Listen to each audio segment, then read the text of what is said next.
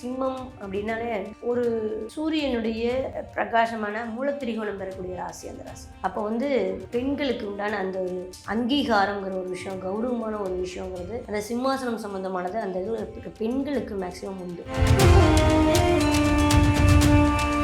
அவங்க பார்த்தீங்கன்னா சகோதரத்துவத்தில் மனசளவில் சகோதரர்களுக்காக எதை வேணாலும் செய்வாங்க. அந்த பவர் சிம்மத்துக்கு உண்டு. சகோதரர்களுக்காகவே தன்னை அர்ப்பணிக்க பிறந்தவன் யாருன்னா சிம்மம் தான்.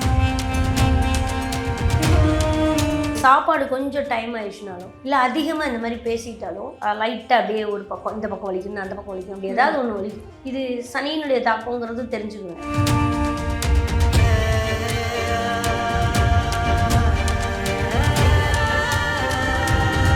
சிம்மராசி என்பர்கள் மேம், இந்த சிம்மராசி என்பர்களுக்கு சனி பகவான் வக்ரம் ஆனதுக்கப்புறம் என்ன மாதிரியான விஷயங்கள்லாம் நடக்குமா? சிம்மராசி, சிம்மம் அப்படின்னாலே ஒரு சூரியனுடைய பிரகாசமான மூலத்திரிகோணம் பெறக்கூடிய ராசி அந்த ராசி. அப்போது எதற்குமே அஞ்சாதது அப்படின்னா அதுதான். ஓகே. ஆண்கள் அப்படி சிங்கம் நாட்டுக்கு ராஜாங்கிறவங்க, பெண்கள் சிம்மம்னு சொல்லலாம், பெண்களை சொல்கிறது. அப்போ பெண்களுக்கு உண்டான அந்த ஒரு அங்கீகாரங்கிற ஒரு விஷயம், கௌரவமான ஒரு விஷயங்கிறது அந்த சிம்மாசனம் சம்பந்தமானது அந்த இதில் பெண்களுக்கு மேக்சிமம் உண்டு. சிங்கம்ங்கிறது ஆளுமை, ஆனால் பெண்களுக்கு ஆளுமை பவருங்கிறது இந்த ராசிக்கு உண்டு, அதிகமாக உண்டு. அது தொழிற்ஸ்தானமாக வர்றவங்களுக்கும் உண்டு. குடும்பஸ்தானமாக வந்துச்சுன்னா, சிம்மம் 2ஆம் பாவமாக வந்துச்சுன்னா குடும்பத்தில் அவங்களோட ஆதிக்கம் அதிகமாக இருக்கும். அது எந்த பாவமாக வருதோ அந்த நபர், அது அம்மாவா 4ஆம் பாவமாக வந்துன்னா அவங்க அம்மா அப்படி இருப்பாங்க. இது அந்த ராசிக்கு. அப்போது ஒரு ஆளுமை நிறைந்த சிம்மம் அப்படி தானே சொல்லணும். ஆனால் அவங்க பார்த்திங்கன்னா சகோதரத்துவத்தில் மனசளவில் சகோதரர்களுக்காக எதை வேணாலும் செய்வாங்க. அந்த பவர் சிம்மத்துக்கு உண்டு. சகோதரர்களுக்காகவே தன்னை அர்ப்பணிக்க பிறந்தவன் யாருன்னா சிம்மம் தான். தங்கச்சிகளெல்லாம் பெருசாக்கணும், அவங்களெல்லாம் வேலை பார்க்க வைக்கணும், அவங்களுக்கு நல்லா கட்டி கொடுக்கணும், இவங்க நேரத்தை பற்றி யோசிக்க மாட்டாங்க. அந்த மாதிரி தங்கச்சி புள்ள கஷ்டப்படுது, அக்கா புள்ள கஷ்டப்படுது அப்படிலாம். அப்போது அந்த ராசியில் பிறந்தவங்களுக்கு பார்த்திங்கன்னா இப்போ நடக்கிற அட்டமச்சனி ஒரு அலைச்சல்களையும் கஷ்டத்தையும் உடம்பு அப்பப்போ ஒரு டேப்லெட் போட்டுகிட்டே வேலை செஞ்சிட்ருக்கிற மாதிரி ஆல்ரெடி அட்டமச்சனி கொடுக்குது. ஏன்னா அதில் நானும் பிறந்திருக்கேன், அதனால் கொஞ்சம் இந்த சிம்டம்ஸ் தெரியும். அப்படியே ஒரு தலைவலி வரும். அது ஏன்லாம் தெரியாது. தண்ணி ஊற்றிட்டாலும் இல்லை அந்த சாப்பாடு கொஞ்சம் டைம் ஆயிடுச்சுனாலும் இல்லை அதிகமாக இந்த மாதிரி பேசிட்டாலும் லைட்டாக அப்படியே ஒரு பக்கம் இந்த பக்கம் வலிக்கணும், அந்த பக்கம் வலிக்கும், அப்படி ஏதாவது ஒன்று வலிக்கும். இது சனியினுடைய தாக்கங்கிறது தெரிஞ்சுக்குவேன். நமக்கு அது அதிக எஃபர்ட் போடுறதுக்கு விட மாட்டேங்குது அப்படிங்கிறது தெரிஞ்சுக்குவேன். அப்போ நம்ம ரெஸ்ட் எடுக்கணும், நியாயமாக வேலையை குறைக்கணும், அதுதான் அதோட வேலை. அந்த கஷ்டத்தையும் அனுபவிக்கணுங்கிறதும் கான்செப்ட்.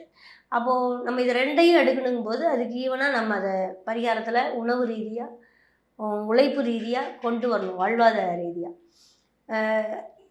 இந்த வக்ரம் அப்படிங்கிறது கொஞ்சம் ரிலாக்ஸேஷனாக இருக்கும். ஓகே. ரொம்ப அந்த கெடுபடியாக இல்லாமல்.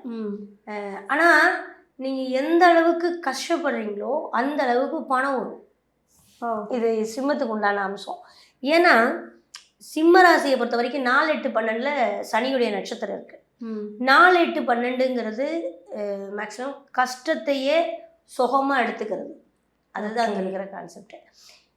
இதுக்கு பரிகாரம் அப்படின்ற ஒரு விஷயத்துக்கு உள்ளே வரும்போது நான் அஷ்டமத்தில் பிறந்தவங்களும் சரி, பிறக்கும்போதே அஷ்டம சனிலேயே பிறந்த பிள்ளைகளும் சரி, 8ல் சனி வர்ற காலங்களும் சரி, கிருஷ்ணர் வழிபாடு தான் பெஸ்ட்டாக சொல்லுவேன். ஏன்னா அவர் 8க்குன்னே பிறந்தவர் அவர் தான். சனியை கூட கும்பிட முடியாது. இப்போ எனக்கு அட்டமச்சனிலேயோ 7.5லையோ சனிகிட்ட போனால் கூட கஷ்டம்தான் வரும். ஆனால் அந்த கஷ்டம் அதிகரிக்கும். ஆனால் கிருஷ்ணரை கும்பிடும்போது நமக்கு அது யோகமாக மாறும். ஓகே, சரியா? அப்போது சனி பகவானை பொறுத்த வரைக்கும் சிம்ம ராசிக்கு இது ஒளி நிறைந்தது, அது இருட்டு அண்டுனது. அப்போ கொஞ்சம் இப்போ வக்ரகதி ஆகும்போது கொஞ்சம் நகரும். ஓகே. ஸ்ட்ரைட்டாக 8ல் இல்லாமல் ஆயுள் ஸ்தானத்தில் இல்லாமல் கொஞ்சம் நகரும். அப்போ உச்சந்தொலையிலேயே அடிச்சுக்கிட்டு இருந்ததை விட்டுட்டு கொஞ்சம் இறங்கி வேற பக்கம் அடிப்பாருன்னு கையில் அடிச்சுட்டு போயிடுவார் அப்படி. ஓகே, அப்படி இருக்கும். 2வது இன்னொன்று என்னென்னா, இப்போ இருக்கிற கோட்சாரம் சனி இருக்கிறதுங்கிறத விட குரு பார்வை இருக்குது இல்லையா? அப்போ அந்த அளவுக்கு ஏன்னா நமக்கு ஒரு விரயஸ்தானத்தில் பாடிகார்டாக குரு உட்காந்துட்டாரு விரயத்தில். அப்போது ஒரு சேஃப் அண்ட் செக்யூரிட்டி அவர் உட்காந்துருக்காருல்ல 12ல், கீழே விழுந்தா பிடிக்கிறதுக்கு ரெடியாக நிற்கிறாரு 12ல். அதனால வந்து அந்த பாதிப்புங்கிறது நமக்கு கொஞ்சம் குறையும், குருவார்வில் குறையும். அப்போ இப்போ சனியுடைய வக்கரகதி இன்னும் கொஞ்சம் நமக்கு அந்த கஷ்டம் குறையுது. ஓகே. அப்போ நீங்கள் கிருஷ்ணரை கும்பிடும்போது கஷ்டத்துக்குன்னே கஷ்டத்தை இதை விட என்னென்னா கிருஷ்ணர் அவதாரத்தில், மகாபாரதத்தில் கிருஷ்ணர் அவதாரத்தில் சாபங்களை கேட்டு கேட்டு வாங்கினவர் கிருஷ்ணர் தான். ஓகே. வேற யாராவது இருக்காங்களா? யாருமே கஷ்டத்தை கேட்டு வாங்கல. காந்தாரிகிட்ட போய் நிற்கும் போதும் உன்னோட குழந்தைக்கு எல்லாரும் சாவ போகிறாங்க, ஒரு குழந்தைக்கு வரம் கொடுக்கணும்னு அந்த இடத்துல போகும்போது கூட அந்த காந்தாரி போனால் சபிப்பான்னு தெரிஞ்சு தான் முன்னாடி போய் நின்னாரு. அப்போ ஏன்னா அடுத்து சாவு விட போகிறாங்க. அது அது அந்த மகாபாரத சீன்லாம் காந்தாரி சபிக்கும்போது அவர் அப்படியே எச்சியை முழுங்குவார் இருப்பார். அது அந்த சீனே கொடுமையாக இருக்கும். அப்போது ஒரு கடவுளுக்கே மனிதனாக வரும் பொழுது, கடவுளே மனிதனாக வந்தாலும் அந்த கருமாவை வாங்கி தான் அவனுங்கிறது தானே விதி. கண்டிப்பாக கண்டிப்பாக. அவன் வந்து இந்த கஷ்டங்களை வாங்கணும். இப்போ கிருஷ்ணனுக்கு தெரியாதா தடுத்துட்டு போகிறதுக்கு? அவர் எதுக்கு வாங்கினார்? இப்போ அவருக்கு உலகம்னு ஒன்று இல்லைல்லப்பா. கிருஷ்ணருக்கு ஊருன்னு ஒன்று இல்லை, உலகம்னு ஒன்று இல்லை. இப்போ முருகனுக்கு கூட பழனின்னு ஒன்று இருக்குது, அறுபடைன்னு ஒன்று இருக்குது, சிவபெருமானுக்கு கைலாயம்னு ஒன்று இருக்குது. இவருக்கு இல்லை இல்லையா? அப்போ அதெல்லாம் கடலில் மூழ்கி போயிடுச்சு இல்லையா? அவங்களுடைய யாதவ குலங்கிறதே பாதிச்சிருச்சு இல்லையா? அப்போ வந்து அந்த அளவுக்கு சாபத்தை கேட்டு வாங்கின ஒரே ஆள் யாருன்னா ஜெயிலில் பிறந்தவர் இவர் தான். பிறந்த உடனே நான் கடத்தப்பட்டது இவர் தான். ஒரு தாய்ப்பால் கூட குடிக்கல, கடத்தப்பட்ட தாய் தந்தையே நம்மளை தூக்கிட்டு போங்கன்னு சொல்லி விட்டது அவர் தான். அப்போ வந்து இந்த கிருஷ்ணருடைய வழிபாடுங்கிறது அட்டம சனிக்கு செமையாக இருக்கும் பாரு. 8ங்கிறது ஜெயிலு சிறைவாசம், அங்கே பிறந்தவர் இவர் தான். சனி கூட பிறக்கல, இவர் தான் பிறந்தார். சனி வந்து ஒதுக்கப்பட்டவர் தான். ஆனால் இவர் சாபத்துக்காகவே இழக்கப்பட்டவர், இழந்து வந்தவர் அத்தனையும். அப்போது பழிவாங்கவே பிறந்தவர், அப்படிதான் வச்சுக்கணும். அதனால் வந்து கிருஷ்ணருடைய வழிபாடு, கிருஷ்ணர் கோயிலில் போய் வழிபாடு பண்ணுறது, கிருஷ்ணரை வேண்டிக்கிறது, இது எல்லாமே நல்லாயிருக்கும்.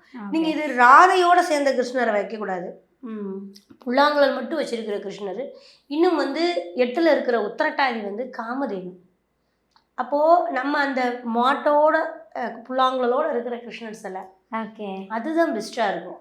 நீங்கள் ராதையோடு இருக்கிறது அது ரொமான்டிக் கிருஷ்ணர், கண்ணன். ஆனால் இது வந்து இந்த மாதிரி இருக்கும்போது தான் நமக்கு அந்த 8 வேலை செய்யும், உத்திரட்டாதி வேலை செய்யும். அப்போ பசுமாடுகளுக்கு தீவனம் கொடுக்கறது, பசுமாடுகளுக்கு தானம் கொடுக்கறது, அது இதெல்லாமே விவசாயம் சார்ந்த விஷயங்களில் இருக்கிறவங்களுக்கு அது பாசிட்டிவாக இருக்கும். ஆனால் நம்மலாம் போய் ஒரு நேரம் தண்ணி தான் காட்ட முடியும் பசுவுக்கு. அப்போ வந்து அந்த மாதிரி அப்போ ஒரு தாய் ரேஞ்சில் இருக்கிறவங்களுக்கு நம்மளால் முடிஞ்சது பாத பூஜை பண்ணலாம், நம்ம உண்டானதை பண்ணலாம். பசு தொழு இப்போ நாங்களாம் வந்து உழவார பணிக்கு திருப்பதி போனோம். திருப்பதி போய் ஒரு வாரம் உழவார பணி போகும்போது அங்கே நவநீத பூஜைக்கு தான் என்ன செலக்ட் பண்ணியிருந்தேன். அப்போ நவநீத பூஜை இயல்பாகவே கரெக்டாக ராகு திசை புதன் புத்தி ஸ்டார்ட்டு. எனக்கு வந்து திருப்பதியில் போய் உழவார பணிக்கு போனால் பெருமாள்கிட்டயே போகல, மேக்ஸிமம் எனக்கு வந்து கிருஷ்ணர்கிட்டயே விட்டாங்க, கோசாலையில் விட்டுட்டாங்க. நவநீத கோசாலையில் சாணியில் விடுவாங்க. என்னடா நம்ம இங்கே தான் சாணி எழுதிட்டு இருக்கேன்னா அங்கேயும் போய் அதையே செய்யணுமா அப்படின்னு போனால் அங்கே அதுக்கெல்லாம் ஆள் இருக்காங்க டியூப்ஸ். இங்கே நமக்கு அந்த பாலை கொண்டு வந்து வைக்கிறாங்க. பாலை வந்து காய்ச்ச வேண்டியது, வடாலை காய்ச்சி பிறகு தீச்சிட்டு போக வேண்டியது. சாயங்காலம் அது வெண்ணெய், அதிகாலையில் வந்து வெண்ணெய் எடுக்க வேண்டியது, 3 மணிக்கு வெண்ணெய் எடுக்க வேண்டியது. அதை ஊர்வலமாக கூட்டிகிட்டு போய் பெருமாளுக்கு அபிஷேகத்துக்கு அந்த வெண்ணெயை கொடுத்துட்டு வர வேண்டியது. உள்ளே விட மாட்டாங்க, அந்த கேட்டோட விட்டு தாட்டி விட்டுருவாங்க. அதுக்கப்புறம் டெம்பிள் டியூட்டின்னு ஒரு நாளைக்கு போடுறாங்க. அப்போது உழவார பணியில் போகும்போது கூட அந்த கிருஷ்ணர் ராகுதிச புதன் புத்தி கடைசியாக கிருஷ்ணர் தான் வந்தார். எனக்கு அந்த கிருஷ்ணர் ஆலயம் போய் 8ல் ராகு எனக்கு இந்த தசாபுத்தியில் பாரு 7-8 காம்பினேஷன் ஒர்க் அவுட் ஆகும்போது நம்ம ஒரு இடத்த தேடி போகிறோம், அது எங்கே கொண்டு போய் விடுது. 7 நாளும் 3 மணிக்கு அந்த வேலையை செய்ய வைக்குது. அப்படின்னா அந்த வெண்ணெய் அந்த கிருஷ்ணர் பசுமாட்டோடு வச்சுருக்காங்க. அந்த சிலைக்கு அந்த பாலக்கரணம் முடிச்சோன்னே எல்லாரும் அதுக்கு பாட்டு பாடி பூஜை பண்ணி அந்த வெண்ணெயை வெள்ளிக்கிணத்துல மாற்றி கொண்டுட்டு போகணும். செமையாக இருந்துச்சு. அதுக்கு உண்டான நெய்வேத்தியமும் செஞ்சு கொண்டுட்டு போகணும். இது 2 தான் கடவுளுக்கு படைக்கப்படுது திருப்பதி. ஒரு வாரம் எனக்கு 7 நாள் அந்த பாக்கியங்கள். அது போயிட்டு வந்ததுக்கு அப்புறம் என்னோட ப்ரொஃபஷனலில் வெளிநாட்டு கிளைண்ட்ஸு, ஆன்லைன் கிளைண்ட்ஸு அருமையாக இருந்துச்சு. இப்போ ஏதோ ஒன்று எதுக்கோ ஒன்றுக்கு கனெக்ஷன் கொடுக்குது. அவ்வளவுதான். சனி பகவான் வந்து நான் உனக்கு இதை தான் தருவேன், நீ அதை பண்ணுனேன்னா உனக்கு வந்து எல்லாமே நல்லதாவே நடக்கும் ஆமா. அப்படின்னு நடத்தி வச்சுட்டு போயிடுறாரு இல்லையா? நான் அப்ப இருந்தே சொல்லுவேன், 8 அப்படின்னா கஷ்டப்படாதீங்க. ஆமா, செஞ்சிருங்க. ஓகே. இதுல என் மகனுக்கு பொண்ணு பார்க்கும்போது பார்த்தீங்கன்னா, சனி அவயோகியான நட்சத்திரத்தில் பிறந்த பொண்ணு. சனி அவயோகி. அந்த பொண்ணு ஜாதகம் பேசிட்டோம், முடிச்சிட்டோம். சூரியன் யோகி, சனி அவயோகி அந்த பொண்ணு ஜாதகத்தில் பேசி முடித்து ஃபிக்ஸ் பண்ணிட்டோம். வைகாசியில் கல்யாணம்னு ஃபிக்ஸ் பண்ணிட்டோம்.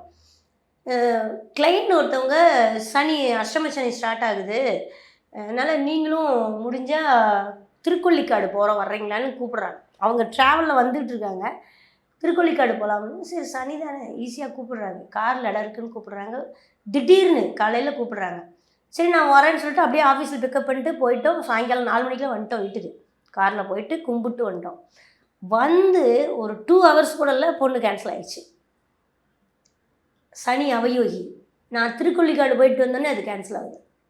ஓகே. அட்டமச்சனி.